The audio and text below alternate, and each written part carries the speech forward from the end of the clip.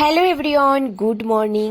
আজকে তোমাদের ভিডিওর মাধ্যমে আমি কিছু কথা তোমাদেরকে বলতে চাই এবং তোমরা তোমাদের মন্তব্য এবং আমার কি করা উচিত সেটা আমাকে অবশ্যই কিন্তু কমেন্টের মাধ্যমে জানিও। আসলেই কি আমার ভিডিও করাটা উচিত না।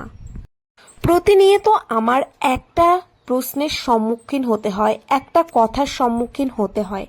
কি জানো, যে আমি ভিডিও করি, আমি সারাটা দিন শুধু ভিডিও করি। জানি এটা শুধু আমার ওপরেই আসে নাকি যারা ভিডিও করে সবারই এই কথাটা শুনতে হয়। আবার কেউ কেউ তো বলে আমি অনেক টাকা ইনকাম করছি, আবার কেউ কেউ বলে যে তোমার ভিডিওতে তো কোনো ভিউজই আসে না। এই অনেক কথা। তারপরে আরও যেই কথাটা বেশি করে আসে সেটা হচ্ছে আমার নাকি কোনো কাজ নেই। তো হ্যালো এভরিওয়ান, গুড মর্নিং। কেমন আছো তোমরা সবাই? আমার আরও একটি নতুন ভিডিওতে তোমাদের অনেক ওয়েলকাম, আর সাথে অনেকটা ভালোবাসা। প্রথম থেকে শেষ পর্যন্ত ভিডিওটি দেখো এবং অবশ্যই কিন্তু তোমাদের ভালো লাগবে। এবং তারপরেও একটা কথা বলবো, তোমরা কিন্তু আমি যে কথাগুলো, গুরুত্বপূর্ণ কথাগুলো বলবো ভিডিওর মাধ্যমে, সেগুলো অন্তত তোমরা আমাকে একটা অন্তত ডিসিশন তোমরা আমাকে দিও। প্রথমত আমি আসি যে আমার কেন কোনো কাজ নেই।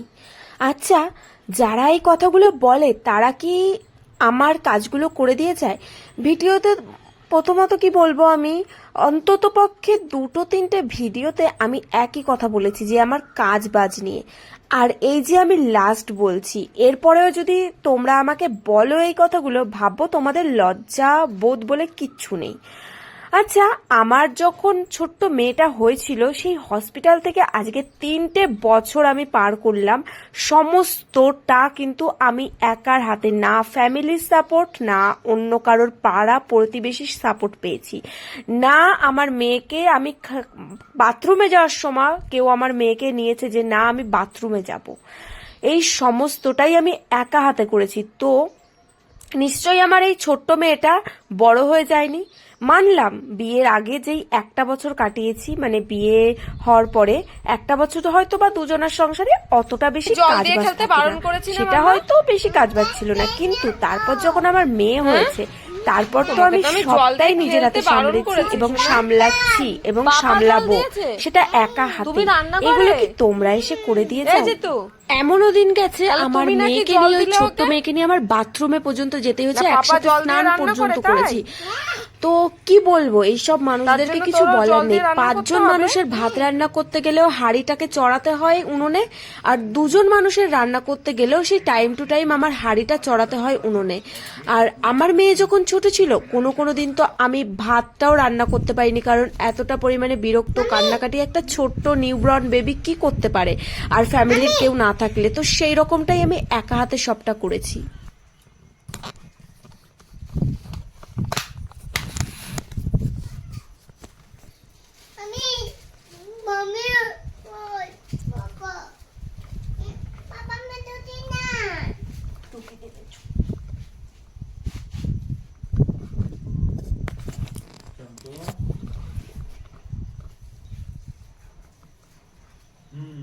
কি বলো, কি এনেছো?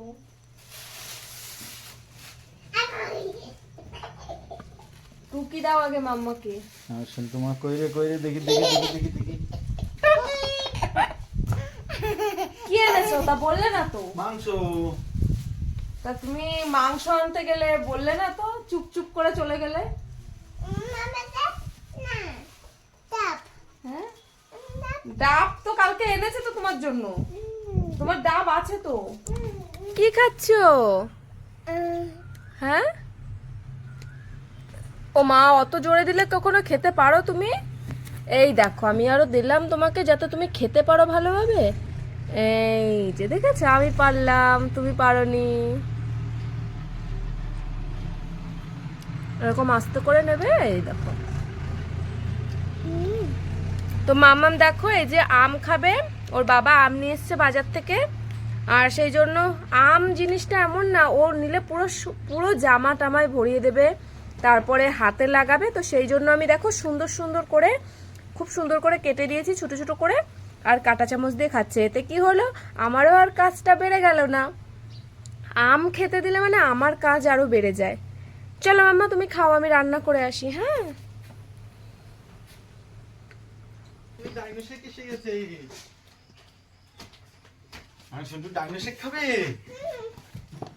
সন্টু ডাইনোসেক। তোমার জন্য একটু দুধও রেখে দিচ্ছি, আসো তুমি খোলো আজকে পারতেন ভিডিও। দাও ইয়ে চাকু নিয়ে আসো তো। এই নাও কিছু।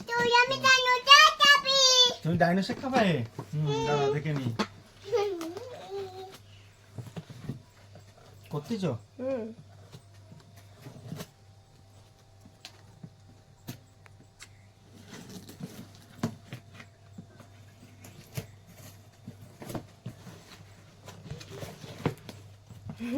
सोना डायनासोर तुम्हार अभी सोना भी खाएगा।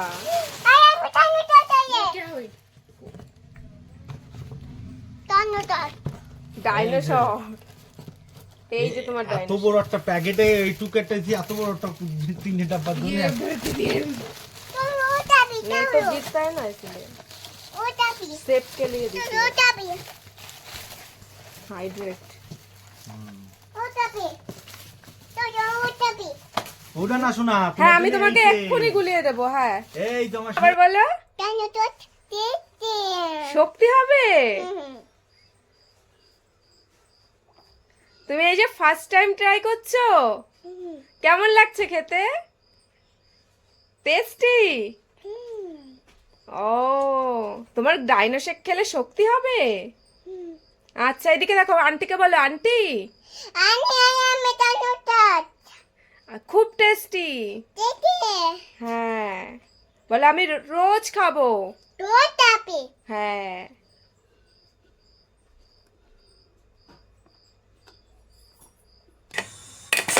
তো যাই হোক, সবটাই দেখলে মাম্মাম আর কিছু আমার হার্বাল লাইফের কিছু প্রোডাক্ট এসছে যেটা আমি হচ্ছে খাই সেগুলো।